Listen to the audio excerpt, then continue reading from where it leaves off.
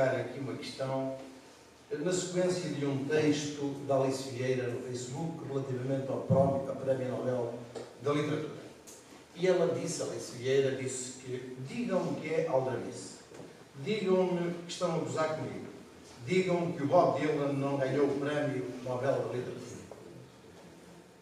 O Carlos Paixão, o que é que tem a dizer a este Prémio Nobel da Literatura que foi atribuído pela Academia Sueca ao Bob Dylan? Sou muito suspeito, por uma razão. Gostei sempre muito do Bob Dylan. E então, como gostei muito do Bob Dylan, para mim foi uma surpresa agradável.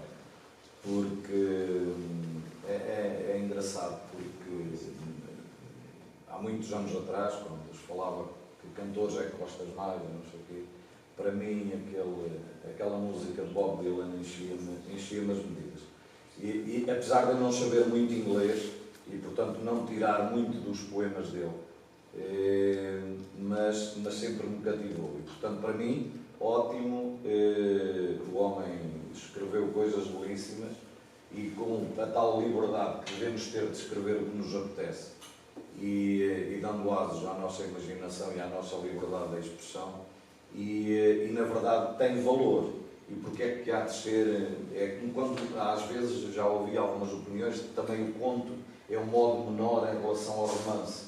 Se eu gosto de escrever contos, se eu adoro ler contos, porque é que hei de escrever romances se eu gosto mais de contos?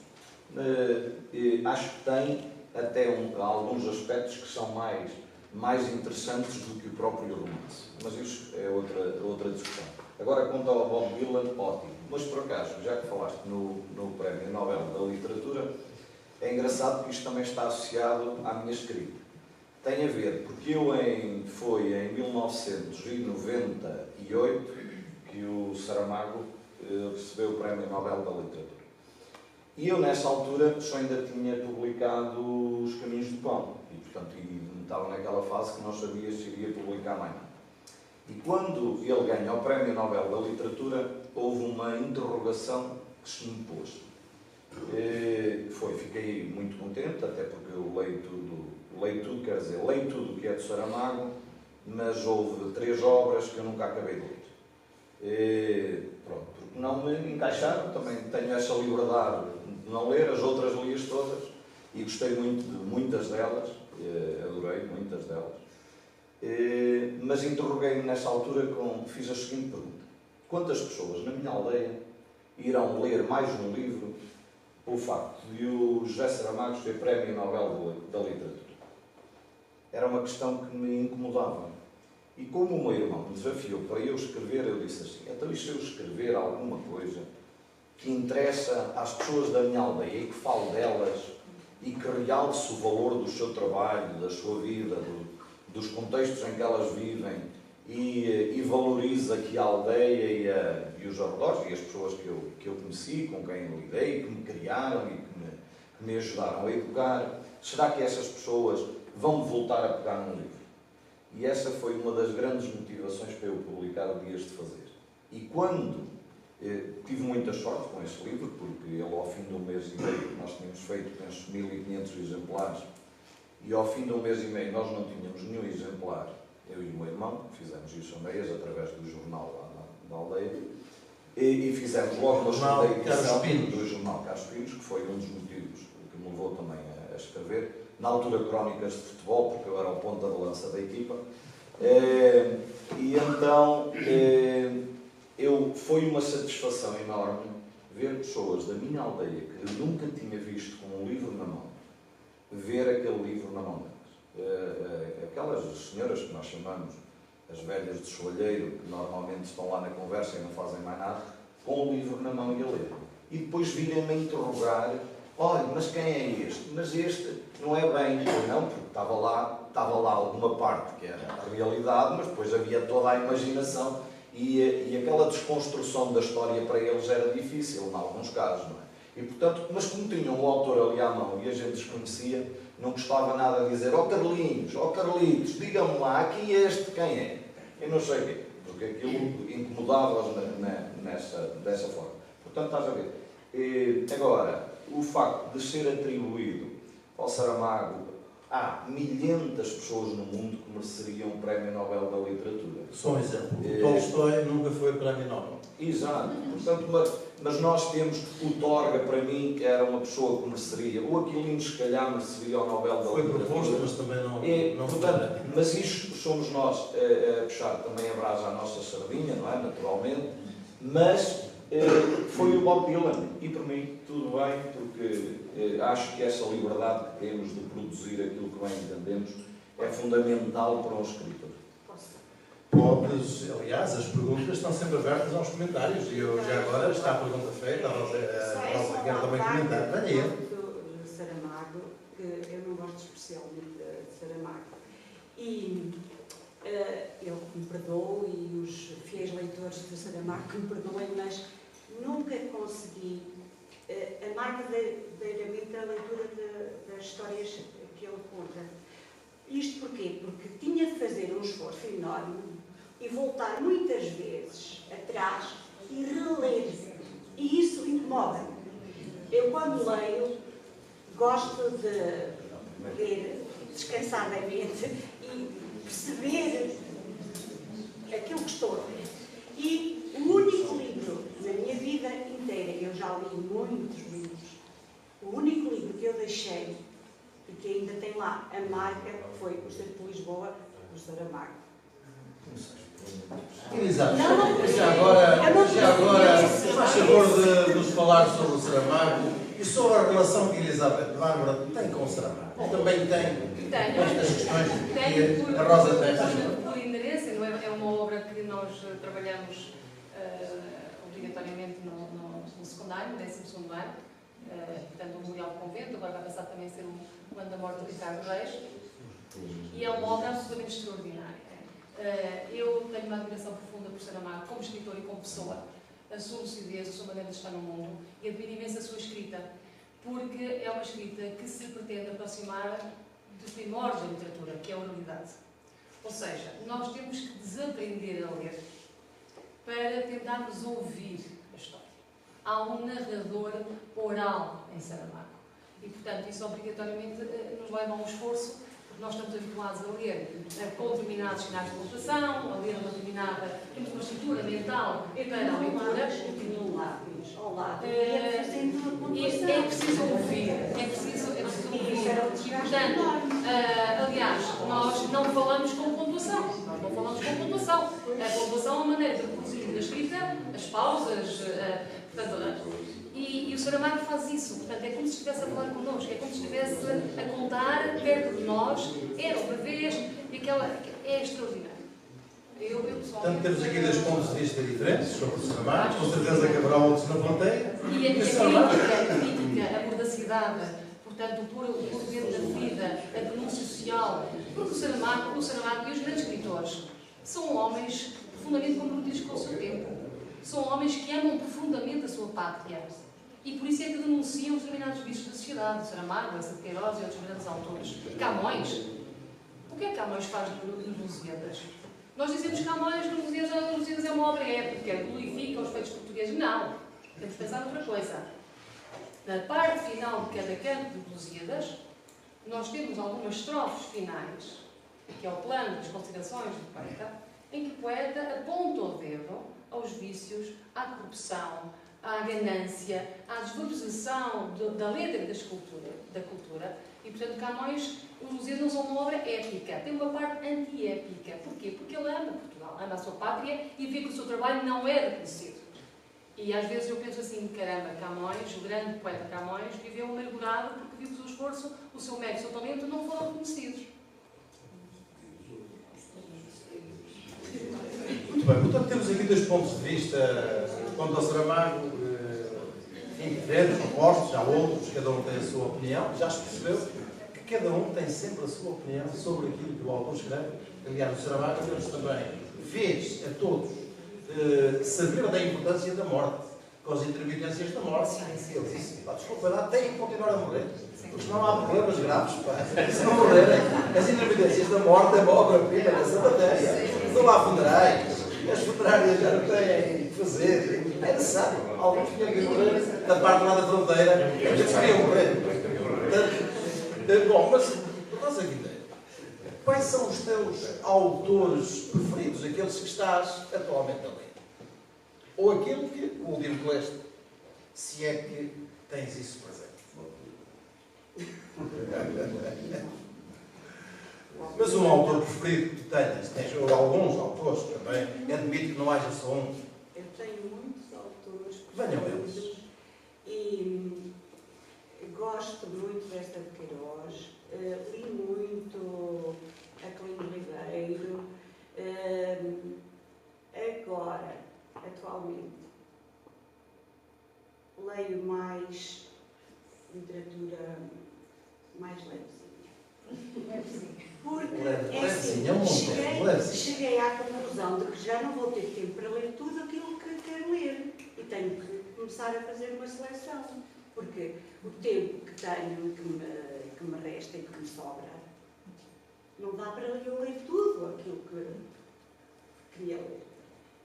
Portanto, às vezes deixo-me encantar por um título, ou por um autor que alguém sugere e vou comprando. Infelizmente agora já posso comprar livros. E pronto. É isso. E eu ia perguntar aqui à Elizabeth o seguinte. Esta questão dos livros e a Rosa aqui na questão, nós obviamente temos que fazer opções. Nós não vamos conseguir ler todos os livros e, portanto, essa questão é uma questão objetiva. E há muitos autores, muitas pessoas que optam pelo seguinte, já também, isso está em algumas entrevistas, várias pessoas dizem, bom, eu quando não tenho tempo, como não tenho tempo de ler tudo, leio os clássicos. Nos clássicos está lá tudo. Será que é assim? Eu acho que sim, porque se são clássicos, é claro que nós temos sempre a necessidade de catalogar as coisas. Podemos também questionar o que é um clássico, mas penso que se partimos do princípio que um clássico é uma obra intemporal tem a ver com a natureza humana. E, portanto, a natureza humana quer dizer que será sempre a mesma, independentemente do contexto. Haverá sempre amor, ódio, paixão. E, portanto, penso que quando se fala em clássicos da literatura, será nesse sentido. Também porque, se calhar, essa obra, no contexto em que apareceu, foi inovadora. Se calhar rompeu com o canon em determinadas perspectivas. Mas eu penso que o que faz de uma obra um clássico é a sua intemporalidade. É o poder ser lido em qualquer época, em qualquer contexto, ser, de alguma forma, sempre relida e nunca perder o fascínio e nunca deixar de comunicar com os seus leitores. Penso que é isso que faz de uma obra um clássico. Portanto, de certo modo, as temáticas que hoje atravessam a sociedade, todas elas já passaram muito. Sim, nós lemos hoje Gil Vicente porque é pertinente, nós lemos a Divina Comédia de Dante porque é pertinente, lemos o Decamerão de Boccaccio porque é pertinente, lemos a Tempestade de Shakespeare porque é pertinente, e não estou a falar só de autores portugueses. Portanto, são clássicos de literatura universal, ocidental, se quisermos mais. Mas lemos Jansen de Queiroz porque é pertinente, Saramago será sempre pertinente, porque questões como as relações humanas, como o ódio, como a hipocrisia, como o materialismo, é impossível fugir disso. A natureza humana é a natureza humana, independentemente do contexto. E, portanto, acho que podemos aprender, podemos rever e acabamos sempre por dar uma nova roupagem àquilo que lemos em função dos nossos olhos de leitor da contemporaneidade. Muito bem, e temos também esse ponto de vista, que me parece um ponto de vista bastante sustentado. E eu, como não me esqueci de uma frase que o Carlos Paixão disse, que tinha uma outra história para mais tarde, eu agora vou desafiá-lo a contar a tal história antes de passar a palavra para esse lado. Nós também queremos que o público possa desafiar, colocar questões aos nossos convidados e também, obviamente, fazer observações ou comentários que entenderem. Carlos Paixão, qual era a outra história que tinhas aí para partilhar connosco, obviamente? A história tem a ver com os livros e com o gosto pelos livros. O Acácio até perguntou o que é que a Rosa, o que é que gostava mais de ler. E então é engraçado. E ela disse que agora até já tinha dinheiro para comprar livros e não sei o quê. E portanto já comprava os que queria. E eu nesta base tenho uma história interessante, porque quando fui para o Colégio da Guiar da Beira, depois de sair do seminário, Eu saí, penso que no dia 28 de fevereiro do seminário, entrei no Colégio da Guiar da Beira no dia 1 de março. Onde nos encontramos. Eu fui encontrar o Acácio lá na turma. Depois, com o Padre Fonseca. Com o saudoso Padre Jorge Augusto Fonseca. E então, nessa altura aconteceu uma coisa muito interessante. Porque eu e o meu irmão, passado um amigo, talvez, pedimos ao meu patrono do agrupamento da Elizabeth, o Padre Augusto Fonseca, pedimos ao meu pai, o meu irmão tinha muito jeito para pedir, eu nem por isso.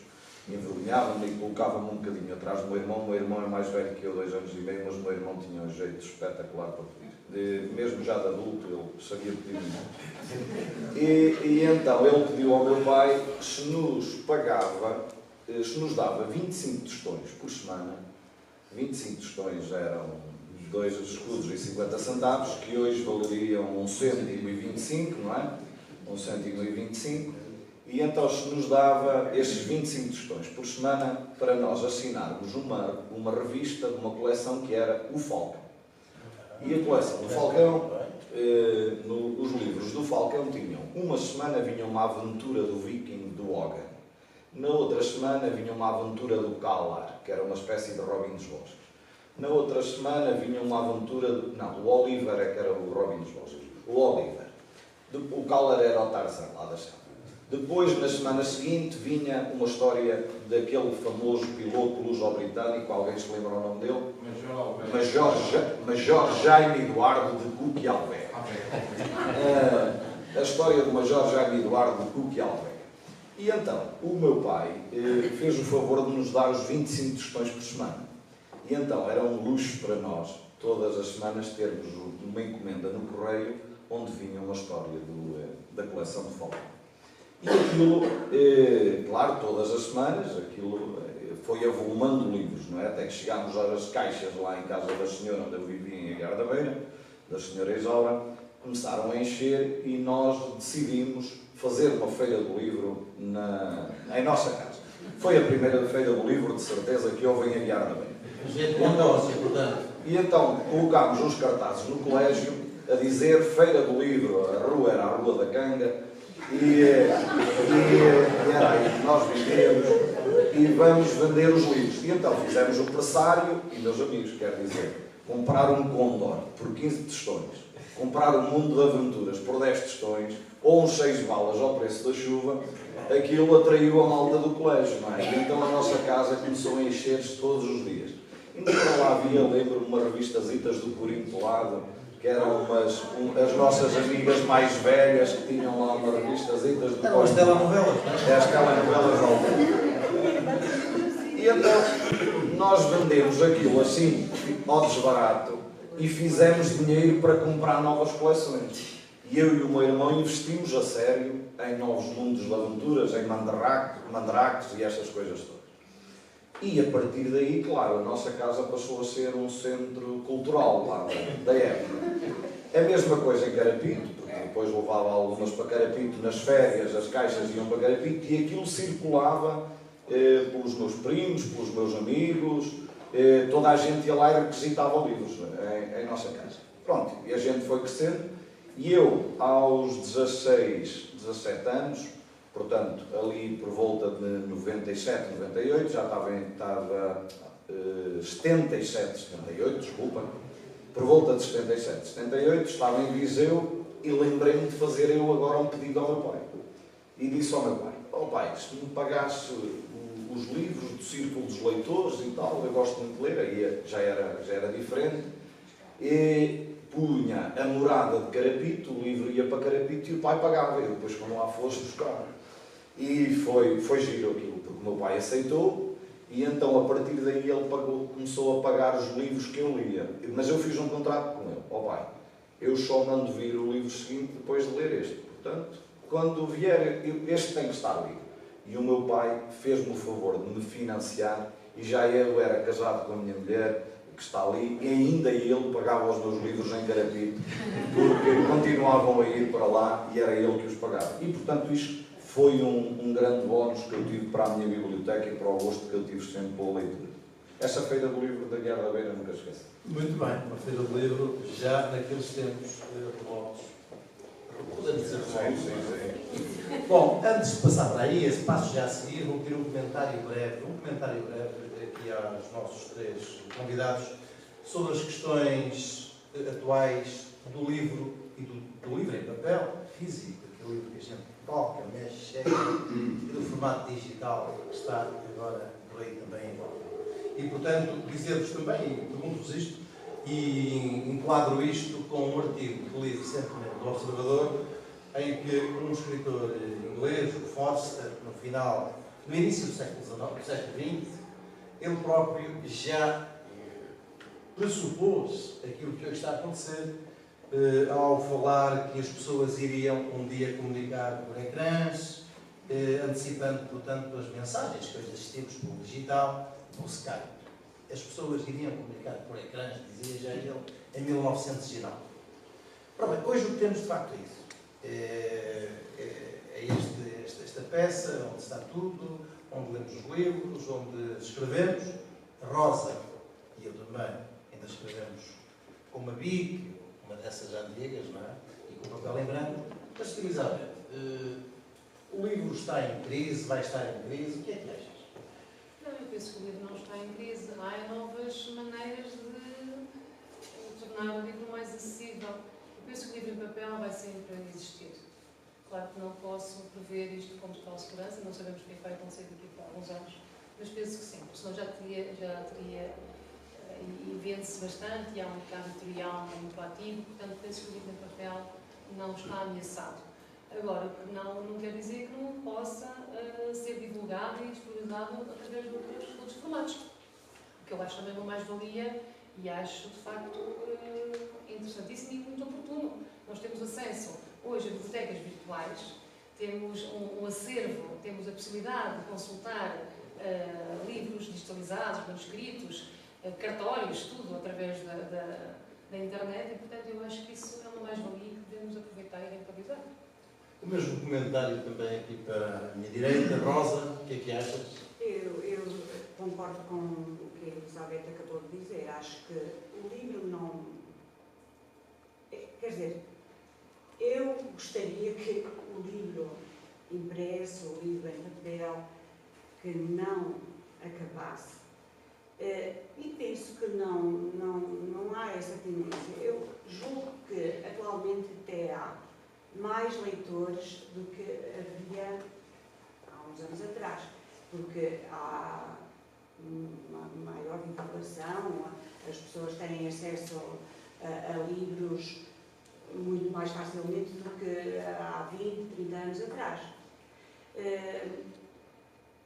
E não acho que a leitura em formato digital seja desapropriada, bem pelo contrário.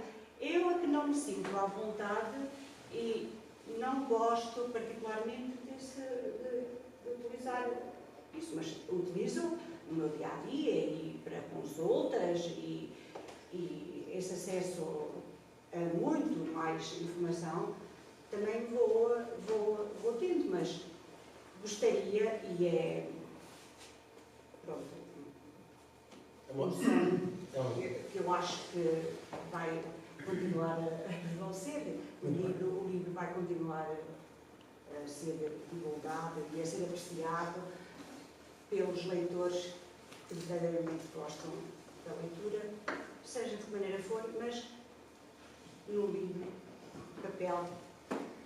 Carlos, qual é o teu comentário? Esta questão também de uma forma rápida. Olha, Passarmos ali para... eu privilegio sempre o livro físico aqui na mãozinha, abrir, fechar, meter o marcador de livros. Gosto muito de os sentir nas mãos. No entanto, também ando a ler um que tenho no computador, o livro. Mas Podes partilhar qual é? Posso. Está na atualidade, é de José António Saraiva. É do buraco da fechadura. Tenho, exatamente. Portanto, são as inconfidências que ele publicou. E este, por acaso, está no computador. E de vez em quando, aquilo também como está por personalidades. E então leio uma personalidade em cada vez que abro o computador. Hoje vou ler esta. Mas é verdade, eu leio sempre 3 ou 4 livros ao mesmo tempo. Não consigo ler só um livro, porque um dia tenho uma disposição para uma coisa, outro dia tenho uma disposição para outra. Neste momento, o livro em papel que eu estou a ler é o Eu, Malala, e estou a ler um livro dos meus alunos, porque falta-me há bocado dizer que as pessoas que mais me obrigam a escrever são os meus alunos. Eu escrevo muito para eles, quer poemas, quer inícios de histórias, quer livros, porque alguns têm, neste momento, e estão até no Plano Nacional de Leitura, têm um caráter pedagógico bastante importante, mas os meus alunos sempre me obrigaram muito a escrever. E eu agora tenho a felicidade de estar a ler um livro em que eles são coautores, que é de um programa de solidariedade que houve, que é o Ajudares, em que eles concorreram e um texto deles foi publicado em livro na semana passada, e eles fizeram a apresentação, e como deram autógrafos muito bonitos, ficava mal eu agora não ler o livro já de enfiada. E então estou a ler 3 ou 4 histórias por noite, e estou a ler também este livro. Para além de estar a ler um de Andréa Val, o Puxar a Brasa à Nossa Sardinha, que é outra coisa. E em cima da mesinha de cabeceira está o livro de Todos os Santos, que também de vez em quando abro. E portanto, eu leio sempre 3, 4 livros, depende da disposição. Mas privilegiar sempre este livro, porque, ao acaso, ter dificuldade em ter livros destes era há 100 anos atrás. Há 100 anos atrás é que era difícil termos um livro, termos acesso. Na Idade Média era muito complicado fazer-se um livro. Hoje não. E a verdade é o que diz a Elizabeth. O mercado editorial está aí em grande força. Sem dúvida nenhuma. Mas gosto muito do cheiro dos livros. Muito bem, temos aqui as opiniões. Eu, enfim, fui conduzindo isto, podia continuar, mas eu acho que estes eventos não devem também ser muito longos. Hora e meia, que é o tempo de um jogo de futebol, está bem. Estamos com 1h15. Agora vamos aqui mais meia hora, mas eu quero ouvir o público a fazer perguntas, porque eu também não tenho aqui uma capacidade ilimitada de perguntar. Podia perguntar muito mais, mas eu quero que E se estivessem num jogo de futebol, de certeza que já tinham tido vontade de entrar em campo. Já aqui podem estar à vontade. E agora vão ter que entrar em campo, aliás. Quem é o primeiro a entrar em campo?